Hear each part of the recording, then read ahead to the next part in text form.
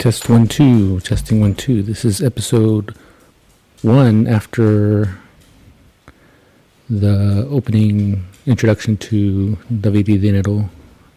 This is technically episode 1.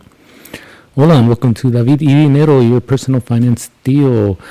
Thank you for tuning in. Hopefully this sounds a little better than my last video. I am trying to adjust my equipment so that way I have better audio quality.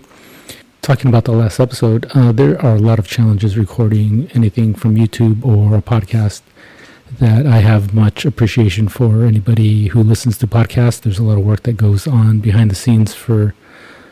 My dog is pawing at me. What's up, Litzy?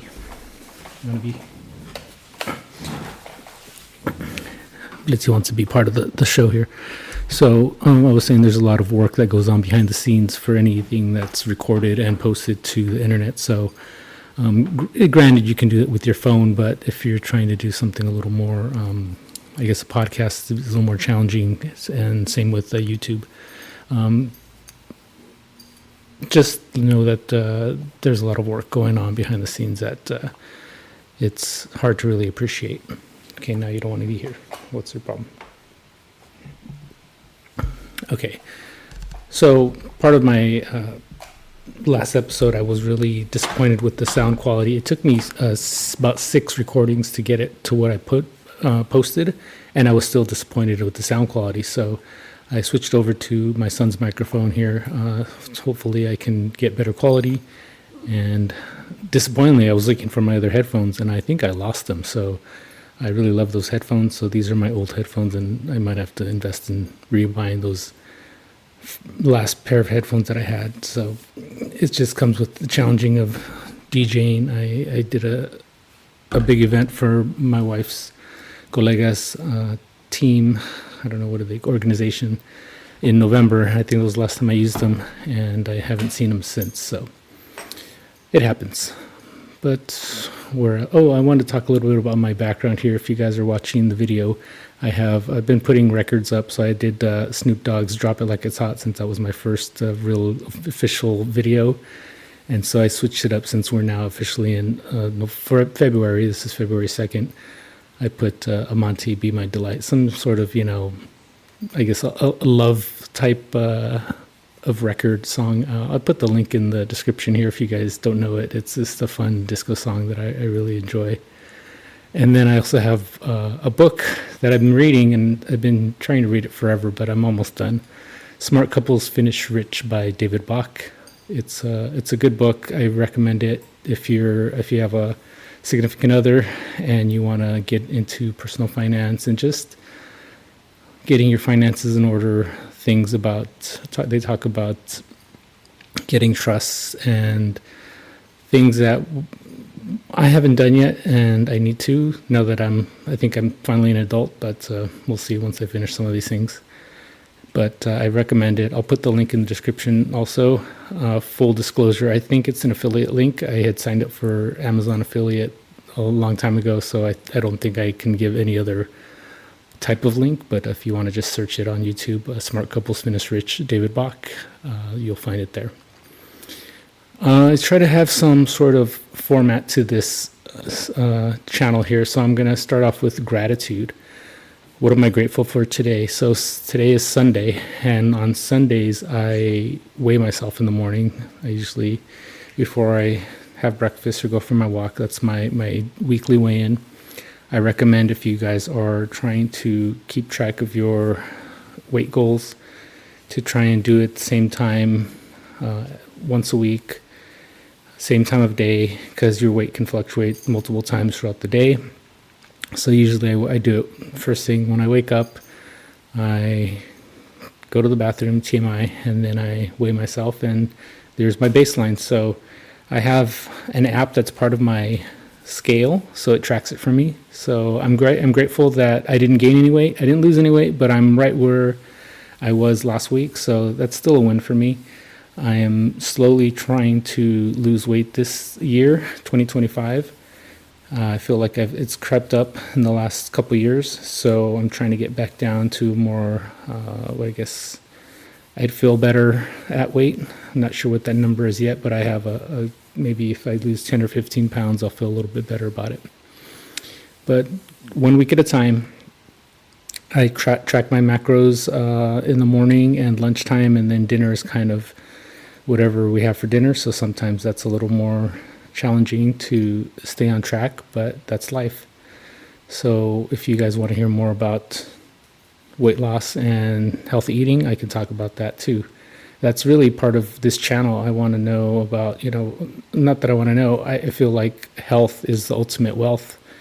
If you cannot go out and feel good, it doesn't matter how much money you have in the world, it's not going to do any good. We need to be able to move, we need to be able to feel good, and health is part of that. So I always encourage people to go to the gym, go for a walk, make better choices in eating. And it's hard what we do every day. It's not something that you can just easily do. But if you make a little good choice here and a little good choice there, they start stacking up, and then you start making better choices.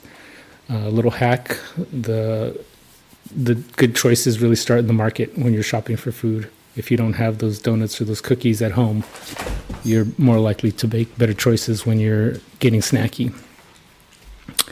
Enough about that. So that was my gratitude. Part of this is going through one tweak a week that I talked about in my introduction episode.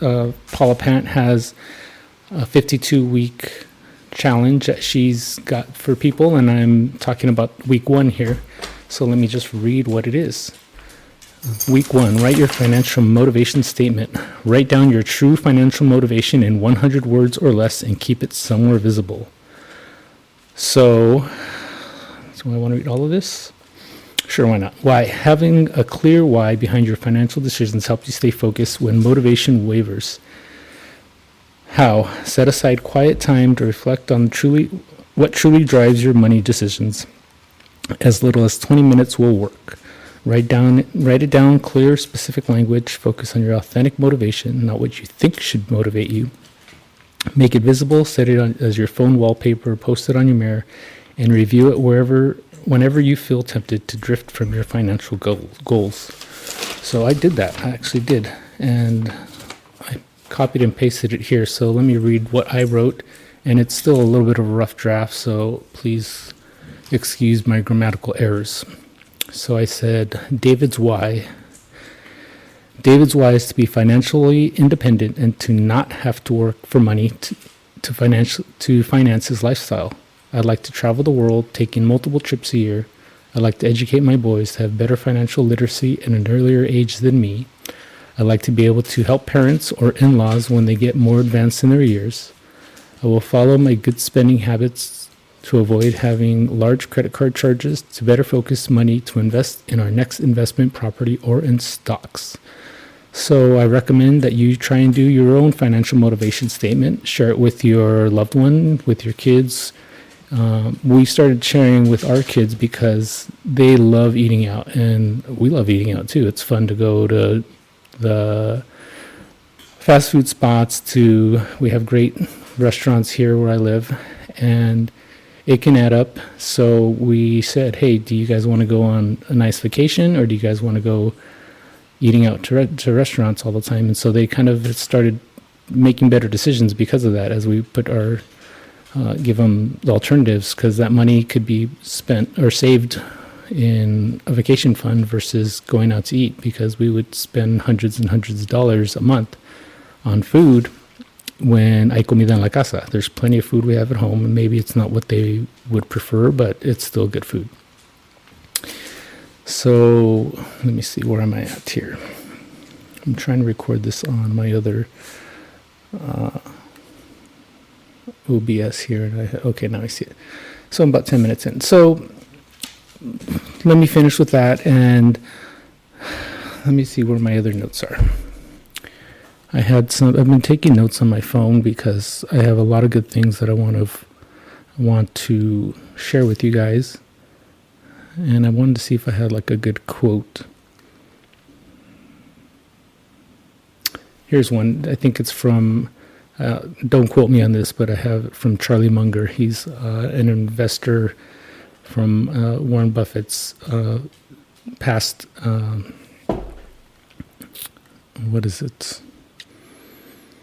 partner. So they owned Berkshire Hathaway, and he passed away recently. But he says you got to have the courage to try. That's how we live a life without regrets. So try something new. Do something that you're afraid of. Obviously, within means. Don't do anything crazy, scary, or that's going to hurt yourself or anybody else. But have some courage. I was listening to a great podcast, Paula Panagan. She had a great guest, and they were talking about courage and the voice that we have, that we listen to, the lies that we tell ourselves, and they hold us back. So let's try and have some courage, do something brave, and I hope to see you in the next episode. Thanks for tuning in.